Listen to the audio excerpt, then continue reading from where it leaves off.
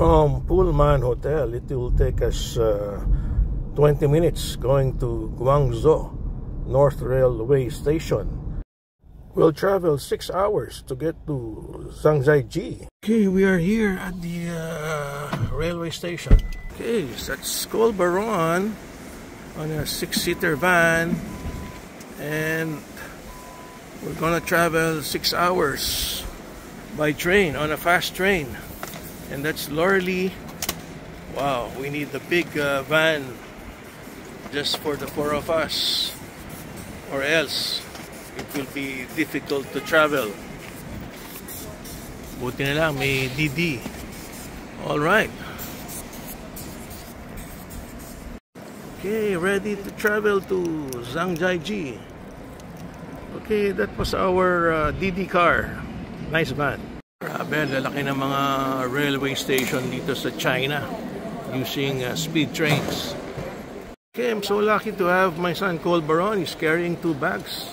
One of them is my bag. Thank you, Colbaron. Okay, so we need to find seats while waiting for our train, which leaves 30 to 45 minutes American time, of course. Tagal pa natin mag-aantay dito. Ayan, si Lauralee naghahanap buhay pa, oh. Habang nagtatrabaho si ate, oh. Ito naman si Colo. Always hungry. Ano yan? Ano yung pagkain mo? Let me see. Oh, it's frozen ice cream, Cole. Yum yum. What's kasama? Ha? Yum yum, Cole. Kasama yung plastic. Oh, give naman ate. It's edible plastic. Is it real fruit? Oh. Frozen? Good? Akala ko babaunin mo yan. Ang problema, it will melt, no? Well, traveling to China is so easy because yung mga train stations nila are so massive.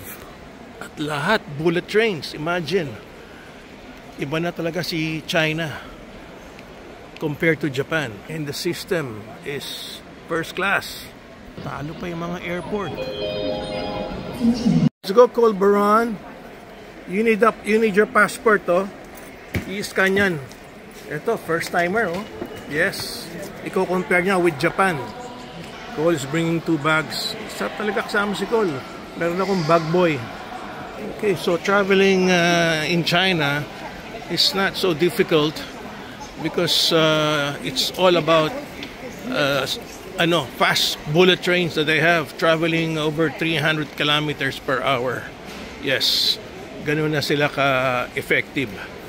Ayan na yung line na pipilahan namin. At maayos naman ang pila. Ayan, nagtatanong si Cole kung first class daw o business class.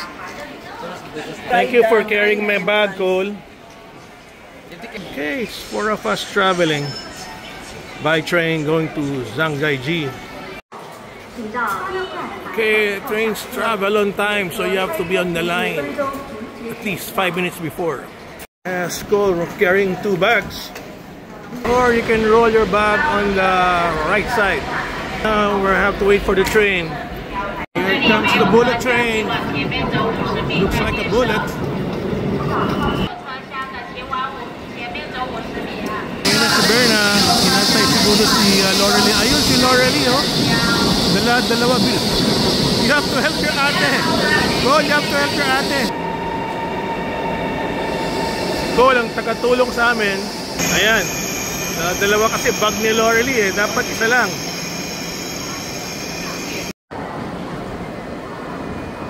Ayan na sila Berna, pumasok na sa train. Okay, that's where we leave our bags. Okay, now we need to find our seats. Here's si Lauralee, oh, tsaka si Cole, magkatabi. Okay, so we'll be staying in the train for the next 6 hours. The next station